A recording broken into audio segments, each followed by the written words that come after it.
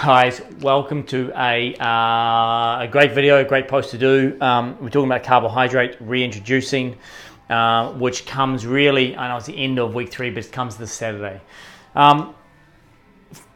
Put your thoughts back to the truth about food, which is the first video we asked you to watch, and hopefully you've watched the sleep video, and if you haven't, please do so. I think sleep is probably one of the most underrated, underestimated things in terms of people's health that we kind of take for granted.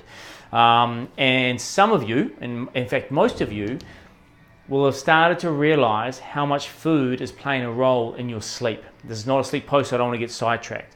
However, this Saturday, you are going to do something called a metabolic flexibility test. And if you cast your memory back to the truth about food, the whole point of the truth about food was to understand insulin sensitivity. If we overconsume carbohydrates, we start to cross off the doors. The doors start to get locked. You start to be technical, you start to build insulin sensitivity. Every single receptor site in the human body is desensitized the more it is hit. So when you put your shirt on in the morning, you start to notice it, you start to feel it for a few seconds, and after a minute you've worn it, you kind of don't even notice it's there. If there's a hum in the room, you notice it initially, and then you start to not hear it, and then when it switches off, you realize that it was there all the time. Every receptor is like that, and insulin receptor sites, which are the doors, are exactly like that. So if you overconsume carbohydrates to a point where they become desensitized, they will stop working, and hence insulin resistance is built. We at Studio 41 do not agree for 1 second, based on some pretty sound knowledge, that zero carbohydrates are good and or carbohydrates are evil, and this idea that foods have this good or bad concept. We have to be able to put things into perspective.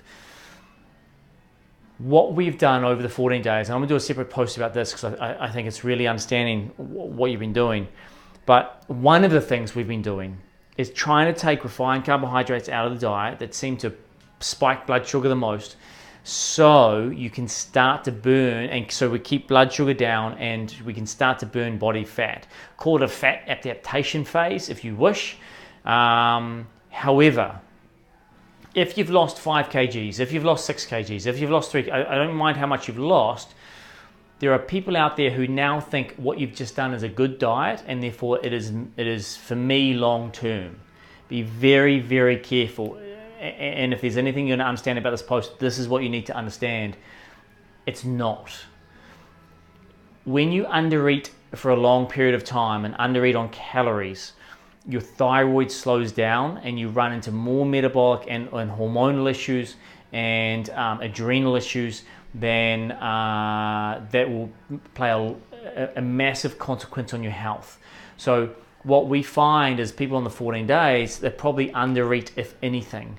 So switching to so on Saturday night, we're going to ask you to call it I hate calling it a cheat meal because it's not cheating, it's part of the plan. If you've come from a fat adapted phase, which you have because you haven't eaten carbohydrates for so long, then on Saturday you're going to have a gluten-free meal. I was about to say rice, but it could be potato, it could be kurma, it could be rice. Let's say you have a dairy-free, but let's say you have some sort of risotto. If there is a dairy-free risotto, I don't even know. But let's say you have a risotto. You are going to flood your bloodstream with glucose. The liver loves glucose, which is, it's interesting how the liver is probably one of the most important organs we have, and yet it relies on sugar. Maybe sugar's not so bad. The liver's going to love you, and the muscular system, which relies on glucose for recovery, is also going to say thank you very much. So if you can refuel the liver and refuel the muscular system and have what is technically a high calorie meal, it can kind of restore your metabolism a little bit, and your thyroid says thank you very much, and everything is just kind of looked after a little bit more. There are some pretty knowledgeable technical people that say you probably need a carbohydrate meal in the long term every 3rd day at the minimum. It's the idea of frequency. What we're kind of finding out is it's really independent on different people. However, you're going to have a carbohydrate meal. Now, why we call it metabolic flexibility is you've come from a fat burning perspective, then you're going to have a carbohydrate meal and you're going to be burning glucose come 8 p.m. Saturday night, come 9 p.m. Saturday night. You're going to, on Sunday, burn through that glucose.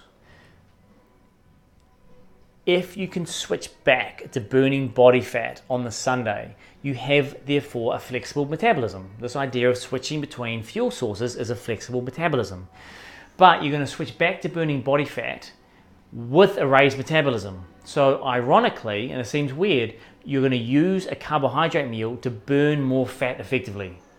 This is what we want. On Saturday, this really stands for Saturday, Sunday, Monday, Tuesday, Wednesday.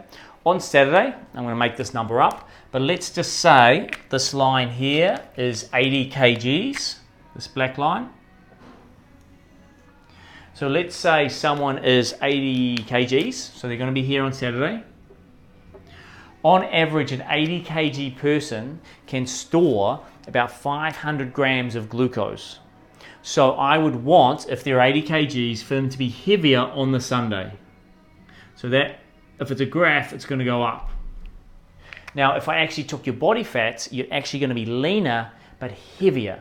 And that's where you've got to be really, really careful about thinking about weight, and being lighter and lighter and lighter is always the best option, because I've seen people carry high body fat be really light due to no muscle, but if you actually put on some muscle, you'll look a lot leaner, you'll look a lot healthier, but you may not be the lightest you've been. If you can switch back on the Sunday to burning body fat because you have a flexible metabolism, guess what's going to happen on Monday? You're going to go lower, and then on Tuesday maybe even lower. At some point you'll plateau off. So if this is 80 and this is, call it 80.5, then this may be 79, this may be 78.5, and then if on Wednesday you're 78.5 again, the test is over. You kind of plateaued off a little bit. We need to do a post next week on all the different things that could happen.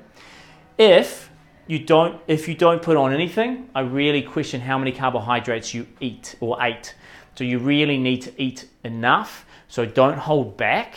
Enjoy yourself. You've earned this, and it is part of the plan. You're not going. I don't want you feeling guilty.